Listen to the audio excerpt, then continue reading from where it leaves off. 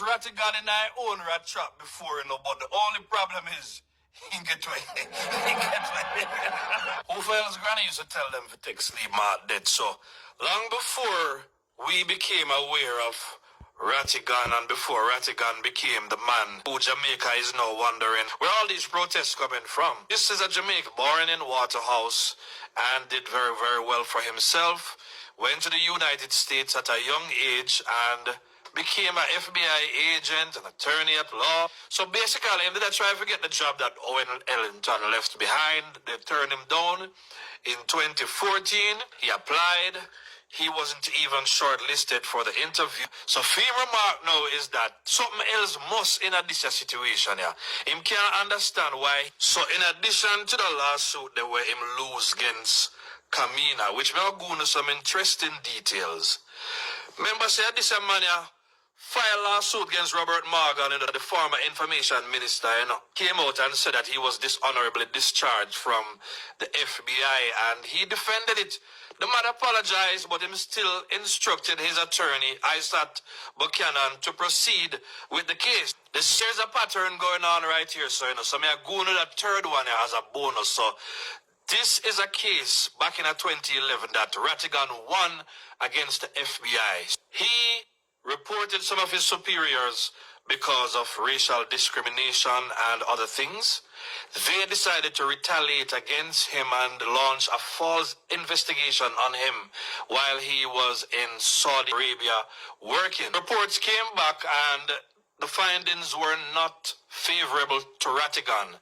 So he filed a suit and he won the case. The findings of the case was that them basically should not have investigated him, and they basically only took retaliatory action against him. So, well done, Rattigan. You never see smoke without fire, That was in 2011. So just imagine in a 2014 with he's a very educated man. So with such an impressive record, you can imagine little Jamaica, not even a short list Rattigan. I don't think Rattigan was even thinking about all the people who've been working hard in Jamaica and they're waiting in the wings for their promotion and so on. I think he was just focusing on the fact that he's so qualified, he's basically overqualified for the job, and he's spoken at length about how much more qualified he is than pretty much everybody that's responsible for national security. The long and the short. May I go play a recording now with Will Rattigan speaking 3 months ago in 2024. So one of the key things to remember in this case is that the PMP was in power at the time when his application for the top cop position was rejected. This Rattigan knows attack. We don't look at the Minister of National Security. The Minister of National Security, what's his qualification? Medical doctor. No law enforcement experience. The junior minister, the former athlete, her name escapes me now. What's her name? She came over from the Ministry of Health. Cuthbert, Flynn. Right. She has zero law enforcement experience. Look at the permanent secretary.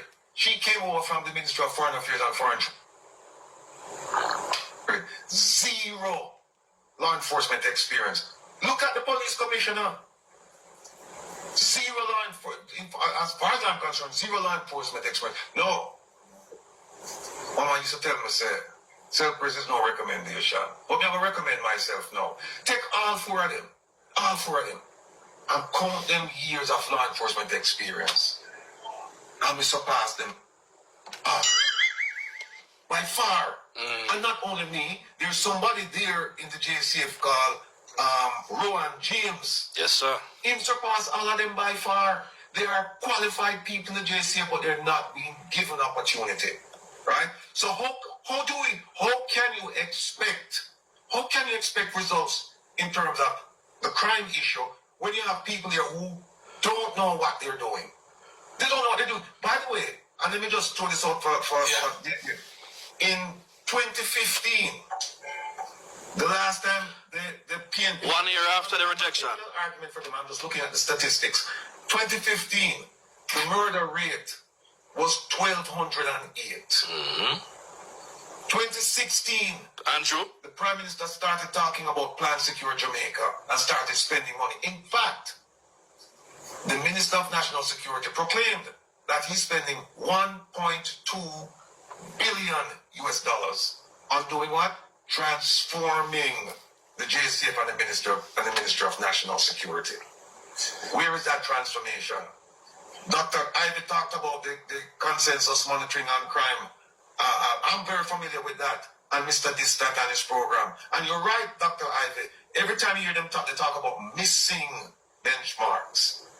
Right? So, 1,208, 2015, and you come in and this is why I'm so passionate about this. 1,208, and you come in up and you say, I'm going to spend 1.2 billion from fiscal year 2016 to fiscal year 2023. And you can't get it down to where you get it, when it was handed over to you. Worse yet, and this is a point that's going to drive the nail into the coffin. We're worried now about 0.01% of the crime committed in Jamaica against tourists. Meanwhile, upwards of 1,350 of us were slaughtered last year. Where is the outcry?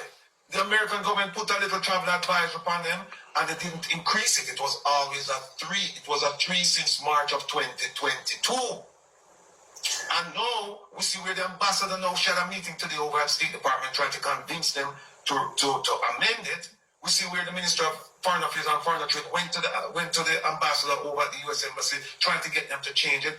And we see all of these things. They even blame us. They call us, we're now known as the Dirty 30.